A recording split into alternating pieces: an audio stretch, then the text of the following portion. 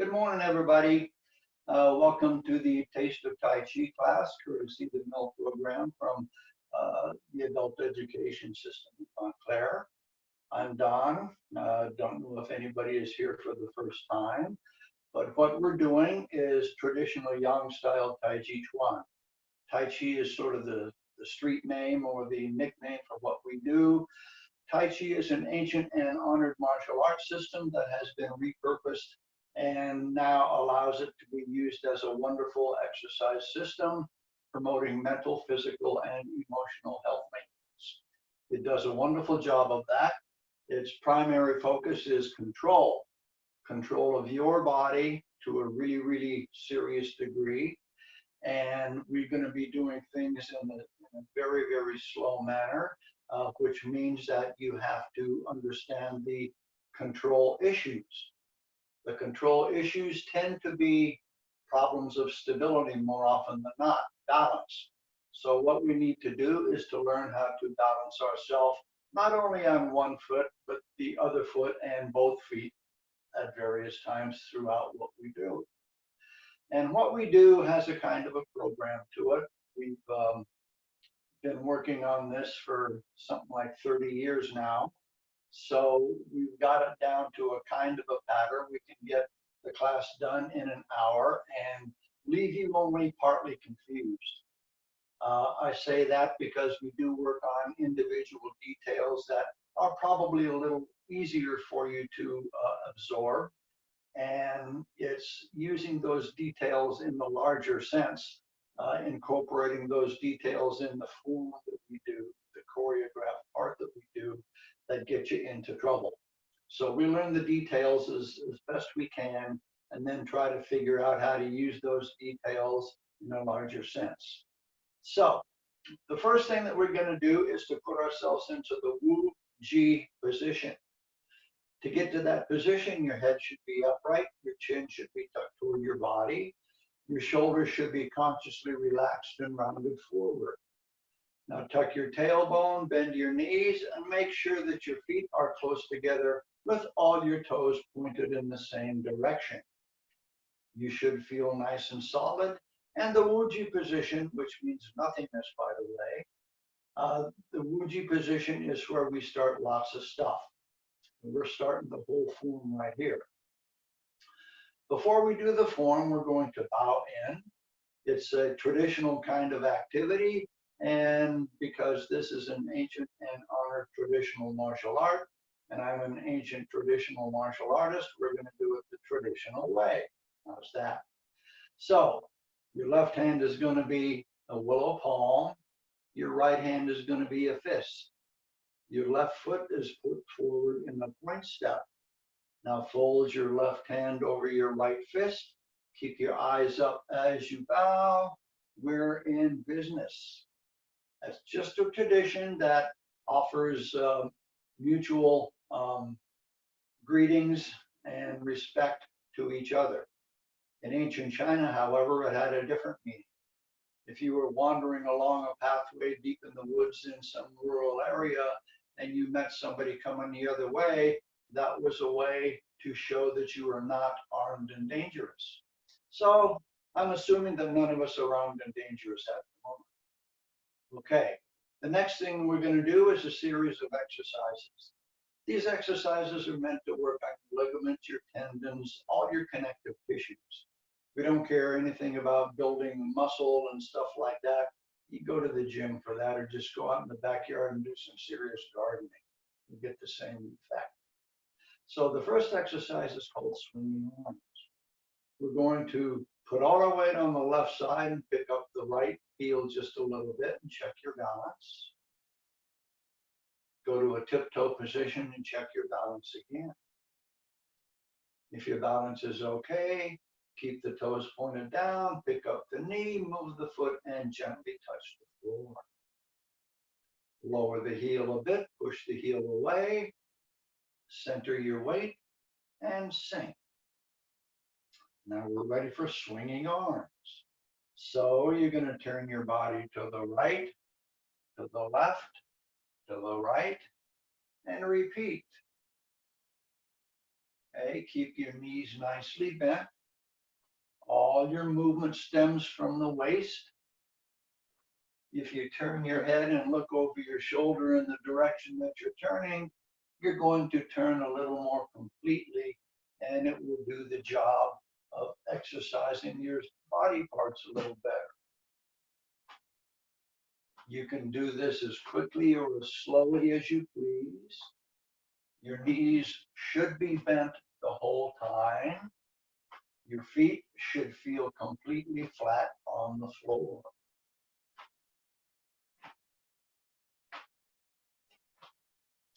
Okay, back to the Wu Jie position for the next exercise. This is called double knee circles. So you're going to keep your body upright as you lower your body to find your knees. Then we're going to do 15 rotations in each direction. 1, 2, 3, 4, 5, 6, 7, 8, 9, 10, 11, 12, 13, 14, 15. Then 1, 2, 3, 4, 5, 6, 7, 8, 9, 10, 11, 12, 13, 14, 15. If your knees are tired after you've done those, you need to do more of them. The quadricep muscle group just above your knee gets a little tired, and you need some conditioning there. That's all. Okay, the next thing that we're going to do is my favorite stretch. It's called touch the earth and hold the sky. So step out again. Your feet should be around shoulder width apart. This has 6 steps. Number 1, bend the knees a little extra. Lightly interlace your fingers out in front of your body. Number 2, keep your knees bent, turn the palms up, push enthusiastically over your head. 3, keep your knees bent, go up on the front half of your feet and stay there. 4, keep your knees bent, push down with your left palm, up with your right. 5, keep your knees bent, bring the top hand down, point all your fingers forward, then lift the fingertips and push back with your wrists. 6, ease down and relax. 1, your knees are bent, of course. 2, pushing up. 3, up on the front half of your feet. 4, push down with your right palm, left hand pushes up. 5, top hand down, point your fingers forward. Lift the fingertips and push back. 6, relax. 1, 2, 3, and hold it. Pushing down, pushing back. Relax. 1 more, please. 1, 2, 3, and hold it. Push down, push back, and relax. My favorite stretch. Now you're going to get 2 minutes of uninterrupted relaxation. This is called standing post. Your feet are a little wider than your shoulders. Your knees are nicely bent, of course. Hands are going to be out in front of your body, but not connected. Okay, your fingers are going to be a couple inches apart. Bend your knees, tuck your tailbone, round your shoulders forward. You've now got 2 minutes of uninterrupted relaxation. Your breathing should be nice and slow and deep, and it should be done with your belly muscles, diaphragmatic breathing.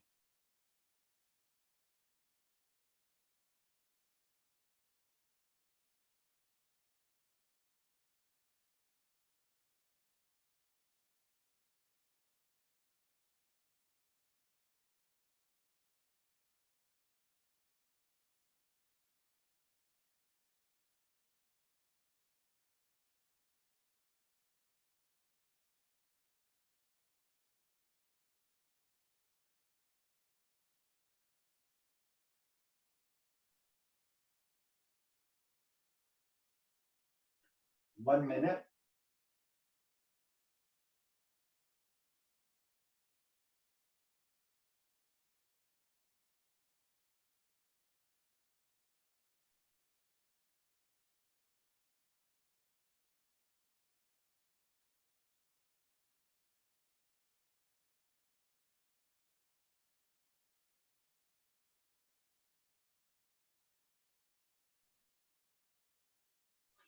Thirty seconds.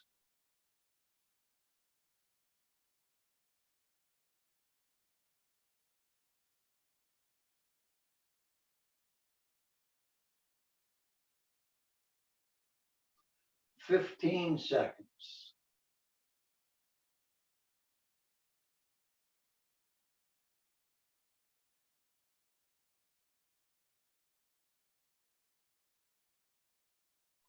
And hands down. Feel free to do that at home. Standing post is one of the easiest exercises to do, and outside of the fact that it seems like you're doing nothing at all, what you are doing is working on your thigh muscles, your calf muscles, the waist muscles, particularly the small muscles in the small of your back, and it's kind of relaxing too. You can even kind of go into the zone, if you know what I mean, while you're standing there. I've done it for as long as 26 minutes at a time. After the first 10 minutes or so, you don't even notice that you're standing there.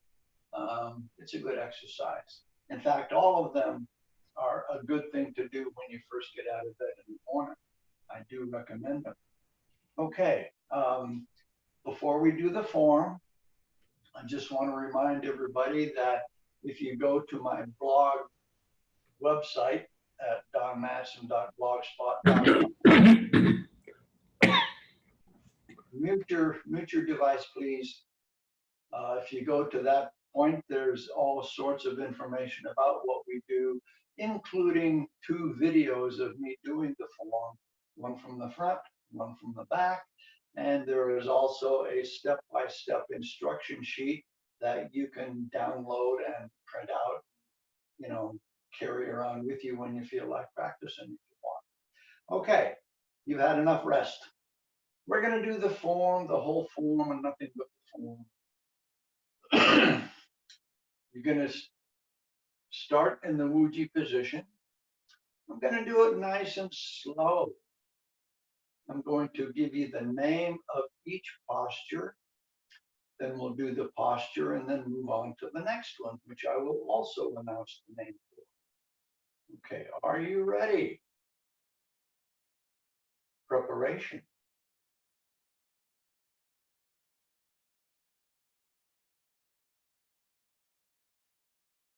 Initiation.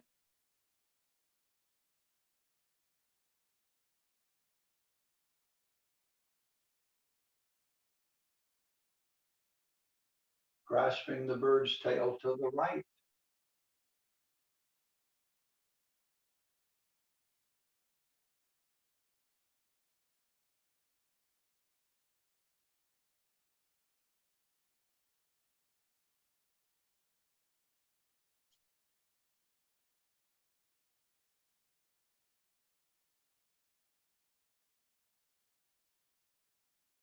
Single whip.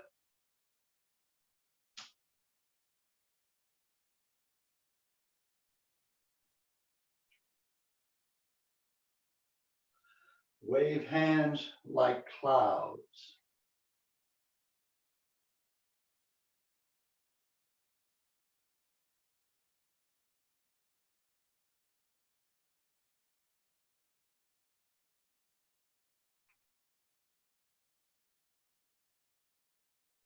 Brush, knee, and push. Hands strum the lute.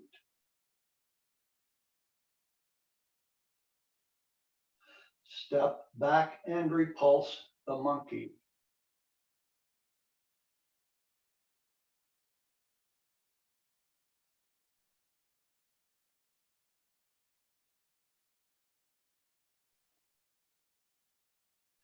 Deflect intercept, and punch.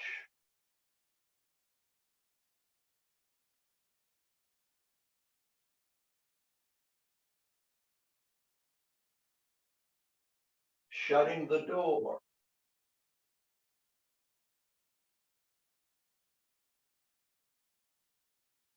Crossing hands.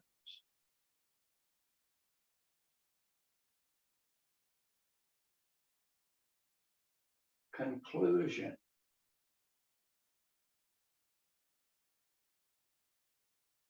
Okay, that wasn't so bad, was it? Okay, this is kind of our standard pattern. After we do the exercises, we're going to do the form one time, then break out into some detailed stuff. The detailed stuff that I like to do almost always includes your feet, because what you do with your feet impacts what everything else has to get done. And if you don't get the footwork correct, then you're going to have a real problem. So let's think about your feet, okay?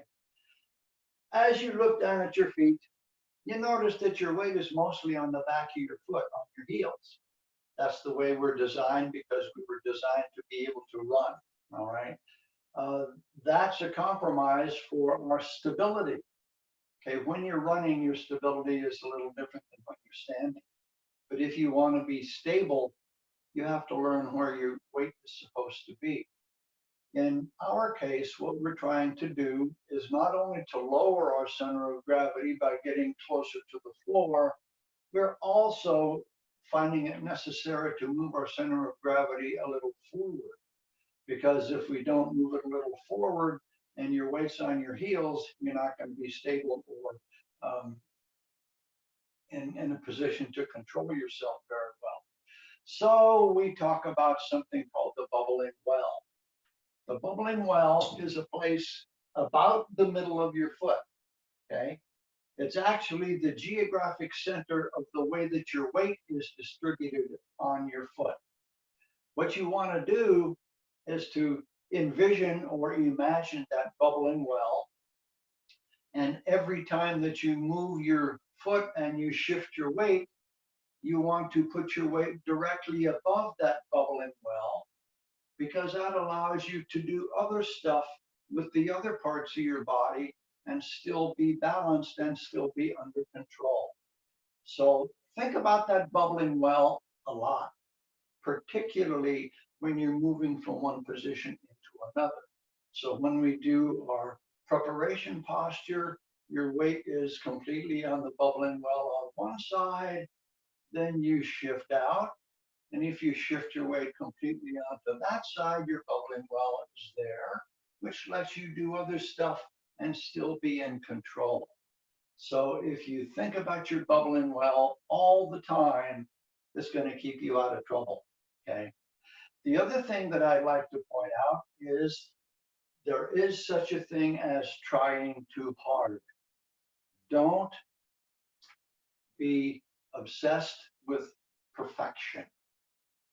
Okay, getting this stuff perfect is not an option. I'm doing it 30 odd years now, and I still mess it up on a regular basis. That's okay. If you remember what you did wrong, you get it more correct the next time.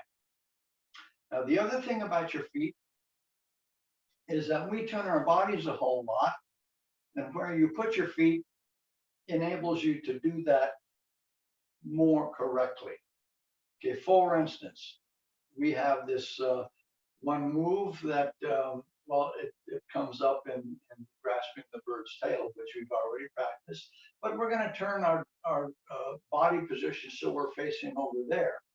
Well, if we just turned our foot and then turned our body, we'll end up with our feet lined up.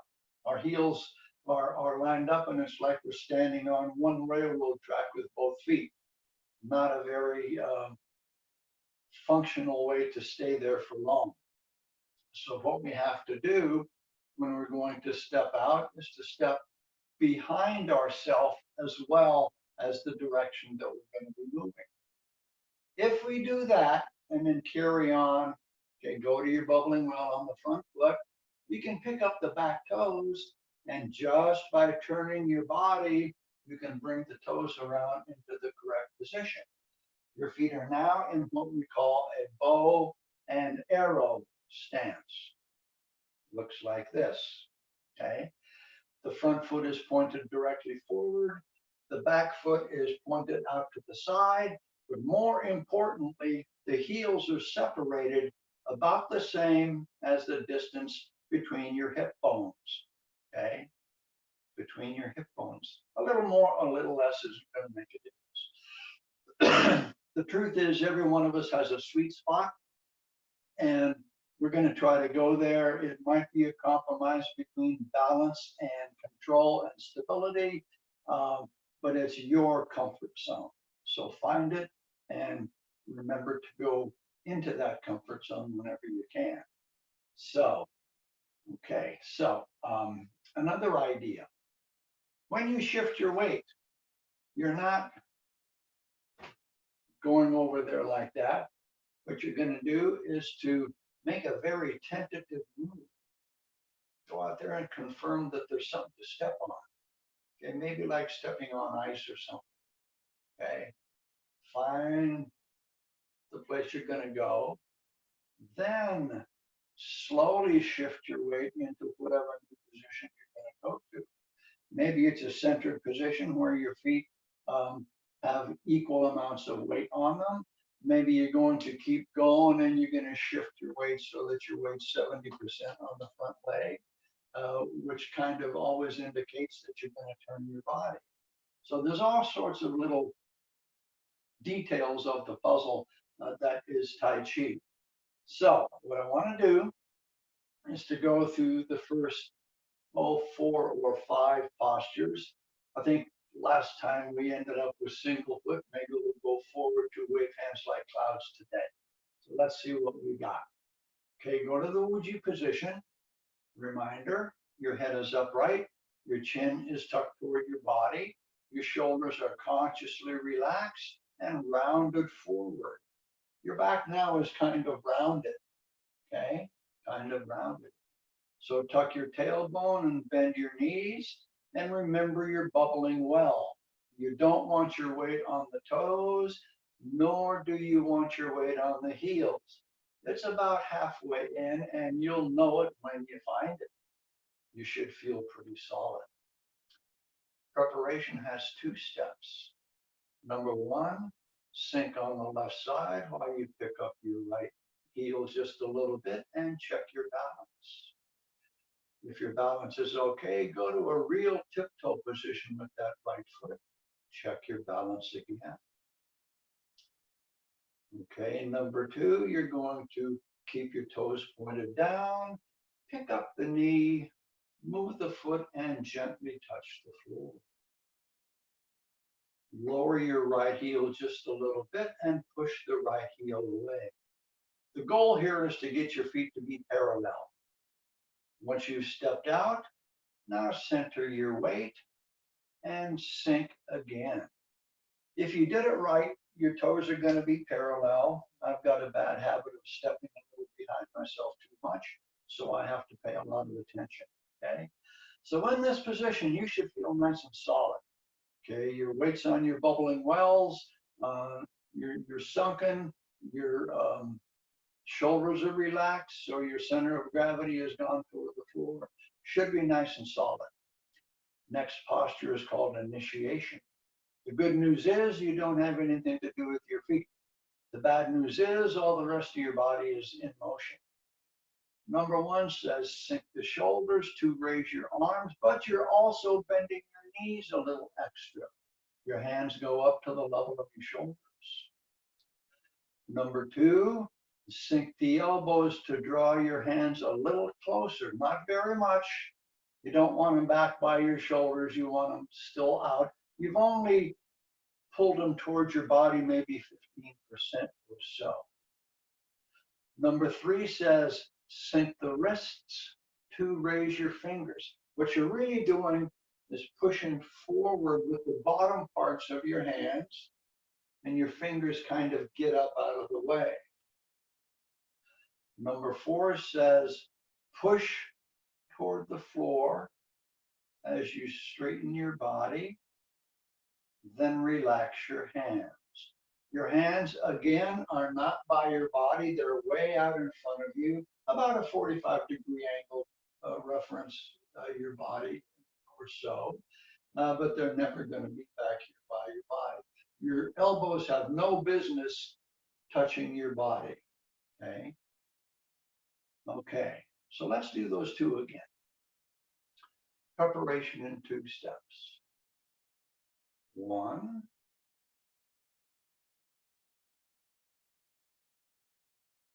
2.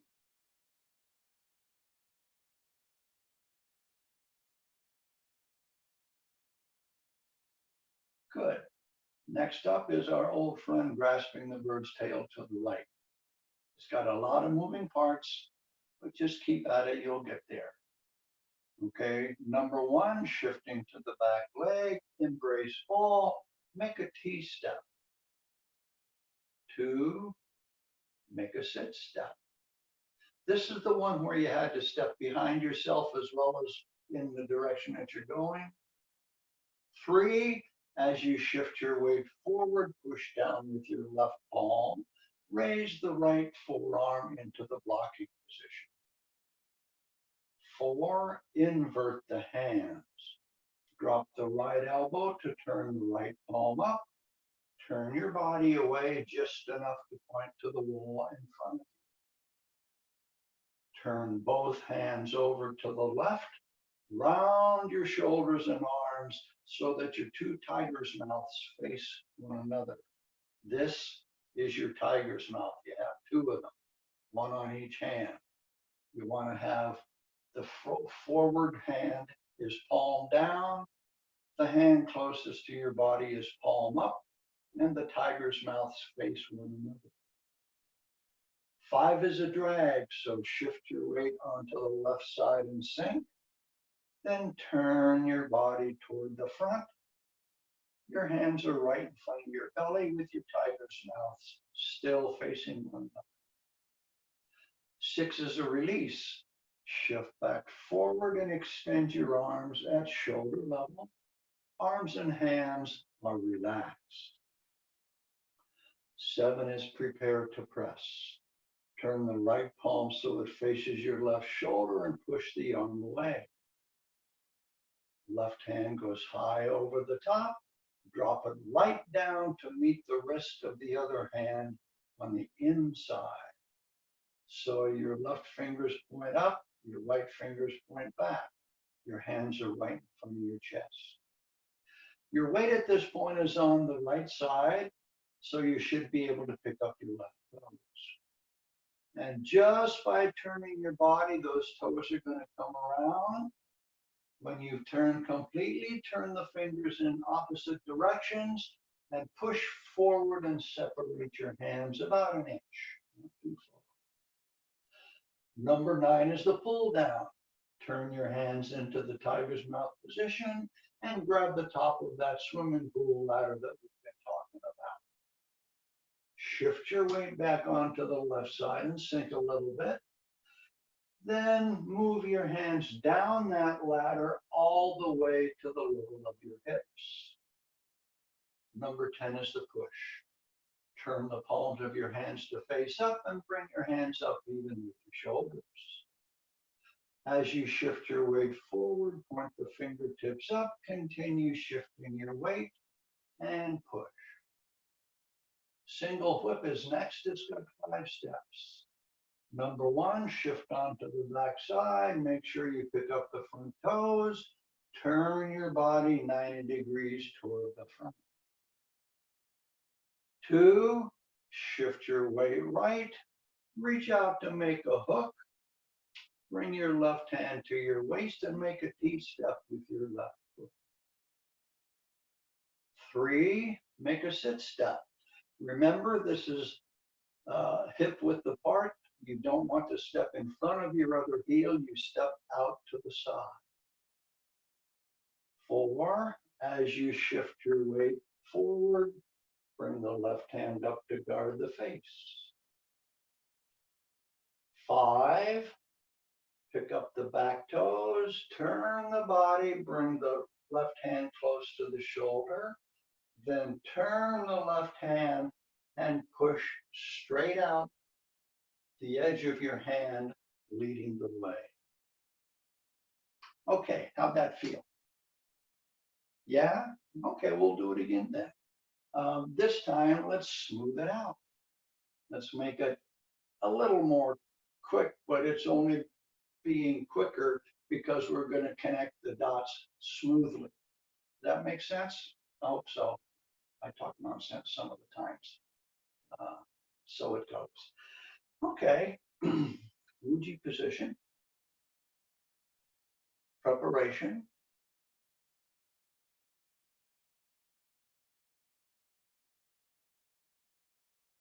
Initiation.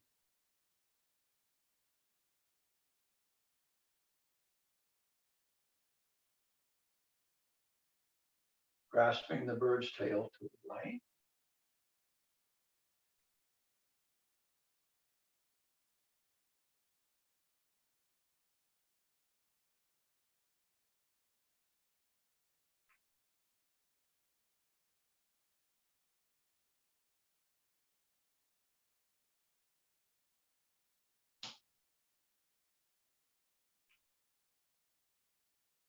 Single whip.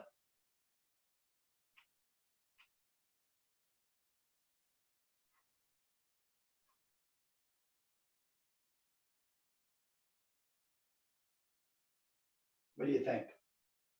Feel like you're doing Tai Chi? Good. Okay, the next posture is called wave hands like clouds. We've done a kind of a cursory explanation of the use, the self-defense use of each of the postures as we've come through them. So let's talk about wave hands like clouds. Looks like this. Okay, I start from the end of the single whip, and 1, 2, 3, 4, 5, 6, 7, 8, 9. What it's about is something called a ward off. The ward off is a deflection or a block, most of the time thought of as an upward movement of this part of your arm. The forearm provides that blocking situation. If somebody was punching at you with their right arm, then you would use your right arm to do a block.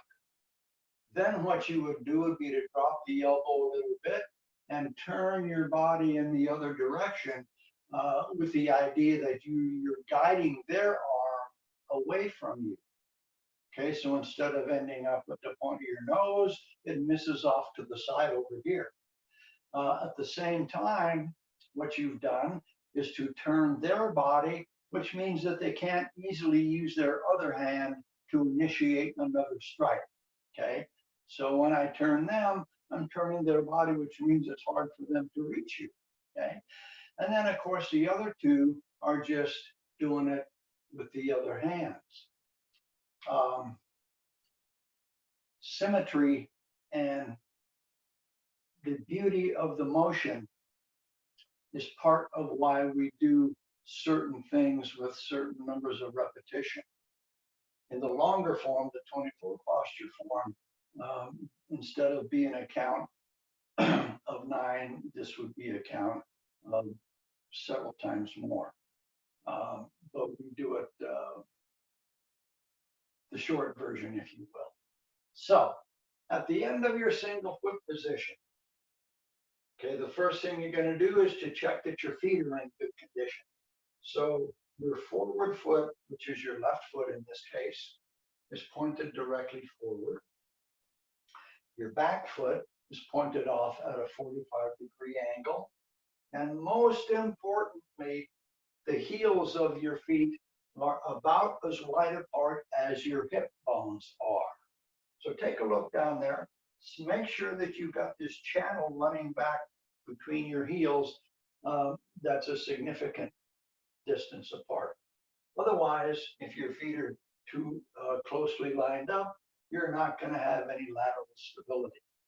Okay, so get that foot out there. Okay, so your left hand is forward, about shoulder level, with the fingers turned up, and your palm is facing toward the camera. Okay, we're not doing push forward. Palm is over here. Your backhand makes what I call a swan's neck beak. Okay, you can see that there's a kind of a beaky looking part of my hand. The rest of the fingers are tucked into the palm of my hand, and we're just extending the forefinger and thumb. Okay, wave hands like clouds. First thing you're going to do, number one, shift your weight to the back, open the hand. Okay, now sweep your left hand down toward the floor as your left toes turn forward. 2, shift your weight left, push up with your left palm and down with the right. Your left hand ought to be opposite your right shoulder. Your right hand ought to be down where your pants pocket would be. Your weight is now on the left side. Turn your body about 45 degrees. You see my arm is separated from my body. I don't have any close. It's out here legs. And then turn your palm forward and push. Number 4 is a right step, stepping out to my left. And it doesn't matter if your feet are in that bow and arrow stance at this point or not. As you shift your weight right, push up with your right palm, push down with your left one. Your right palm is opposite your left shoulder. Your left hand is down by your pants pocket. Turn your body toward the right, push forward. You're not over toward the wall, you're at about a 45-degree angle. Push forward with your right palm, left hand goes to your right hip, palm facing out. Just a little bit of movement with the left foot so you can shift your weight completely when you change your palms up and down. Now your left hand is up opposite your right shoulder, right palm is down by your pants pocket. Turn your body, push. Okay, let's smooth that one out. Okay. Left hand is forward, the palm is facing toward the camera, right hand is a hook. This hook, by the way, should not be in back of you. It should not be in front of you. Back here, anywhere between is fine. So, 1, 2, 3, 4, 5, 6, 7, 8, 9. Not too bad, right? Okay, let's work on some foot details and make it a little tougher for you. Remember, we started out in this bow and arrow configuration. When we shifted our weight back and sunk on the right side, we're going to do a body turn. We're going to turn our body so it faces the camera. Your left hand is going to extend and point toward the floor, and your left toes come along with you at the same time. My teacher is a wonderful lady that stands about yo high. I call her the tyrant. She's the nicest person I would ever want to meet, but she is a stickler for details. She wants it done right.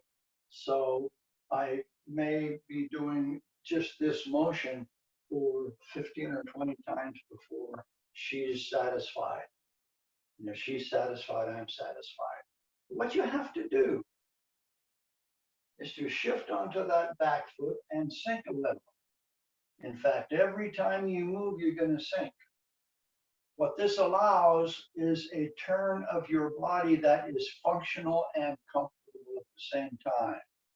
all you're going to really do is to turn your hips. If you turn your hips, those toes are going to come around as well. Let them. You want them to turn so that you're stable again when you sink. But more importantly, you're stable when you start to move and you stay that way. Stability is everything. You've got to get stable. Okay? So, from this position, shift back, turn and sweep. Your left hand now points toward the floor. It's right in front of your body. Both feet are flat on the ground. Your weight is mostly on the right side.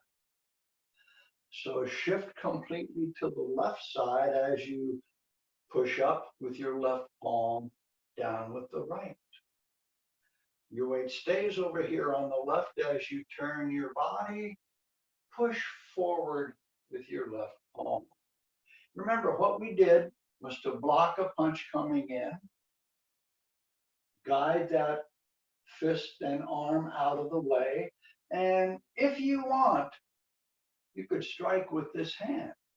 You move that arm out of the way, and you can follow right up the arm, right to the face, okay?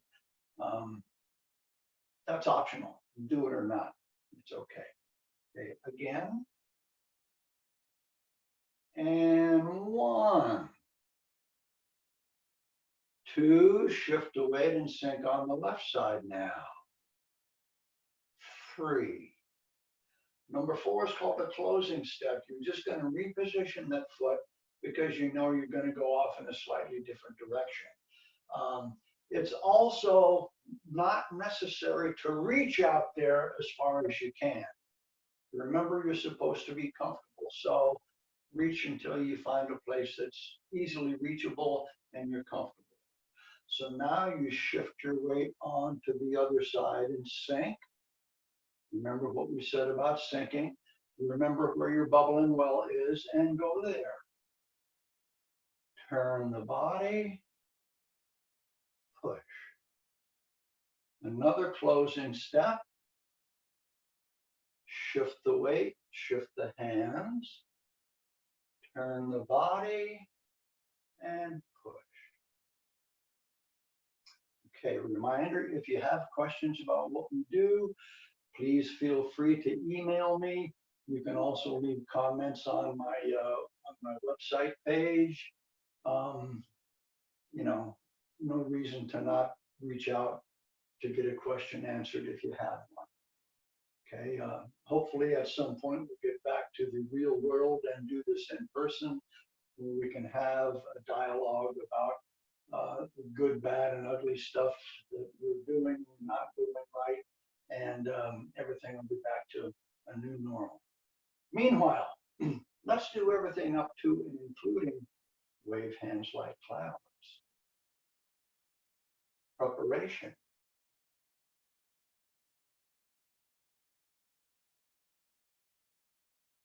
Initiation.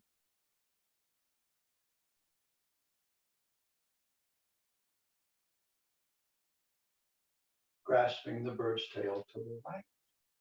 Don't forget to sink, please.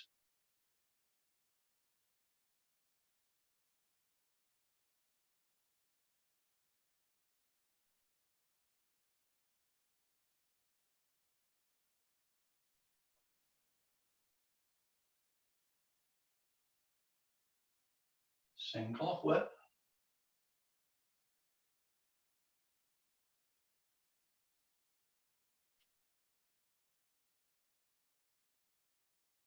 Wave hands like clouds.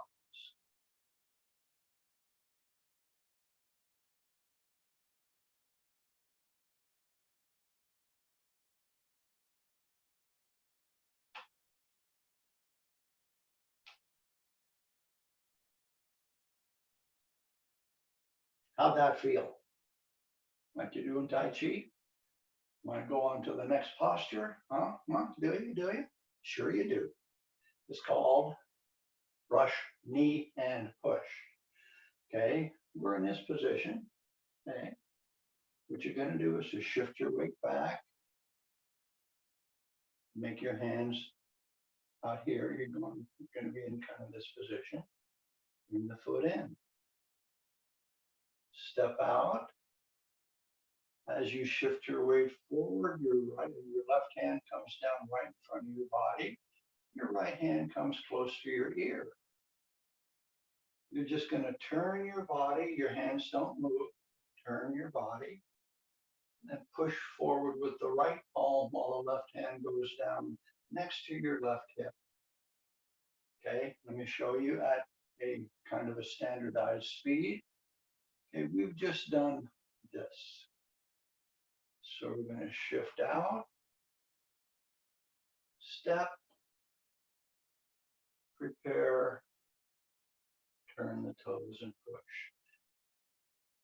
We end up making that bow and arrow stance that we talked about. Because when we're ready to start, first thing that we're going to do is to get our hands all the way back here behind us. We pull this foot in too into a T-step. Okay. Step out into your normal sit step, which is wider than your one railroad track situation. As you shift forward, left hand goes down in front of your body, right hand comes close to your eyebrow.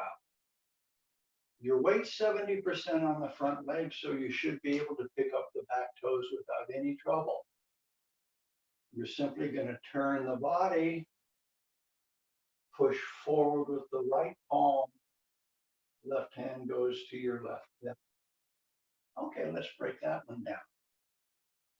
What's going on there is, well, think about the name, brush, knee, and push. Well, as it happens, this hand goes close to this knee, but it's not about your own knee, it's about somebody else's knee that's coming toward you. What you're doing is stepping in and pushing that knee to the side, and then you're striking over the top with this other hand.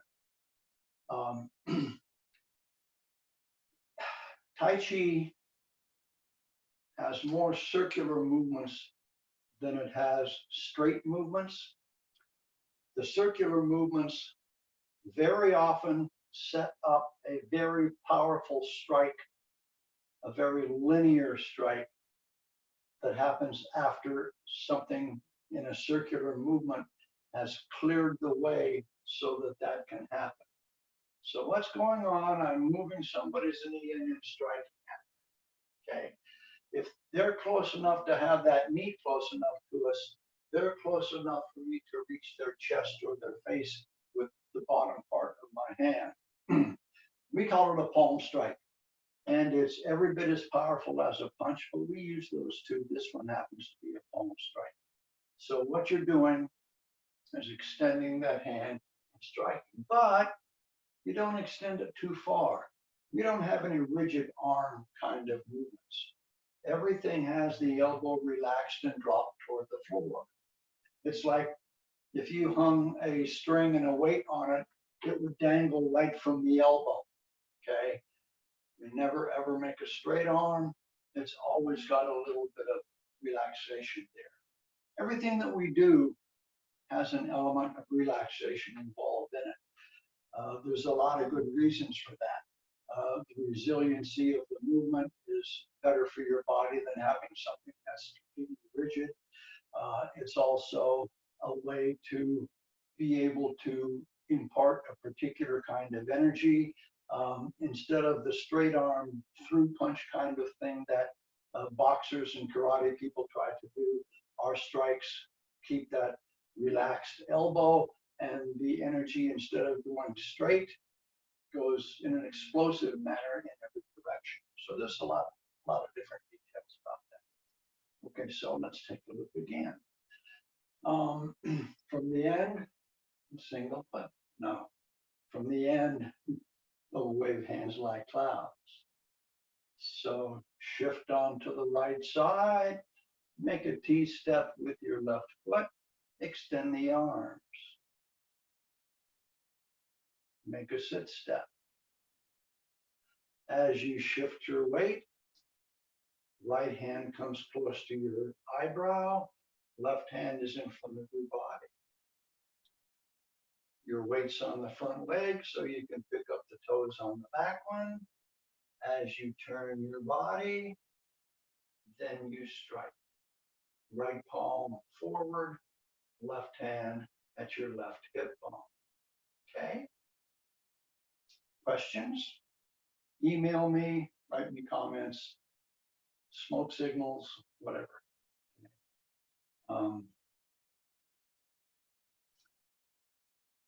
What else? Let's go from the very first posture, preparation, to brush, knee, and push. I'm going to give you the numbers. Make sure that you do the pieces that are noticed by the numbers all at once, or bad choice of words, excuse me. Synchronize the numbers and the movements. Okay. Preparation. 1, 2. Initiation. 1, 2, 3, 4. Grasping the bird's tail to the right. 1, 2, 3, 4, 5, 6, 7, 8, 9, 10. Single whip. 1, 2, 3, 4, 5. Wave hands like clouds. 1, 2, 3, 4, 5, 6, 7, 8, 9. Brush, knee, and push. 1, 2, 3, 4, 5. Next one up is called hands strum the loop. Looks like this. 1, 2, 3. We'll do that next week. Okay.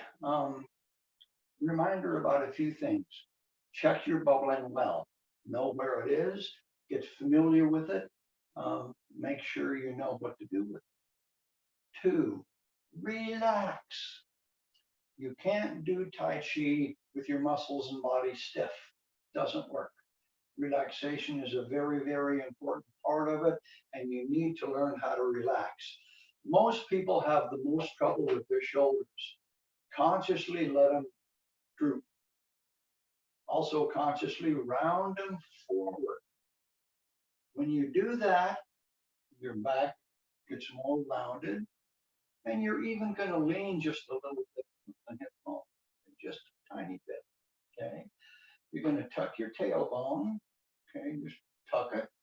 That kind of causes your knees to be bent, and you're going to sink toward the floor altogether. Okay, so that's what you do. Okay. Again, reminder, your head should always be upright, but your shoulders should always be in a kind of a slump. Your tailbone should always be tucked a little bit, and your knees should always be bent a little bit. The purpose is to bring your center of gravity closer to the floor and also a little bit forward so you're not standing with your weight on your heels. Okay. We didn't talk much about breath work today, except for me to tell you to breathe with your belly. But keep in mind that if you breathe correctly, nice and slow and deep, using your belly muscles, you're adding more air, more oxygen into your bloodstream. That translates as being able to withstand what you're doing a little further. You know, instead of chasing the bus for 1 block before you fall out, you can chase it for 2 before you quit. Stamina is the whole idea, and that's why we want you to breathe that way. We'll talk about the intricacies of your breath work next week a little bit, along with introducing you to hands, sternum, root. Meanwhile, it's about time for the grand finale. Our grand finale every week is the same as when we first started the form. We're going to do the whole form, nothing but the form. So help me, Tai Chi. Okay. Going to do it nice and slow. Remember to shift your weight and remember you're bubbling well. Don't forget to breathe. And begin.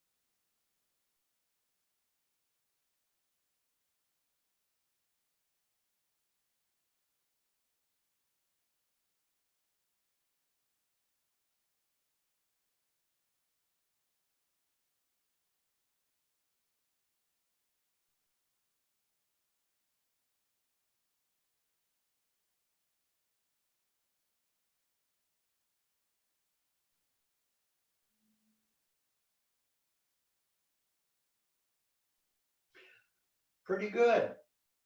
Okay, last thing we do every class, of course, is to bow out. Okay. Left hand is a willow palm. Right hand is a fist. Left foot is a point step. Fold the left hand over the right fist. Keep your eyes up as you bow. We're done. Thanks, everybody. See you next week. Hey, Don, isn't this the last class? I don't think so. I think there was 8 of them. Just 6, Don. I'm not sure. It's just 6. This is it? Yep. Okay. We're Well, starting up the other programs in between, and then we'll this class will start up again July 14th, and we'll have the other programs that are listed in our newsletter in between semesters. See what happens. I don't pay attention to anything. All right. Well, that's a character flaw. All right, folks, we'll look to see everybody back in July. And again, if you have questions, please email me or drop comments on the website, whatever you please. But I am here for you, and I'll see you in July.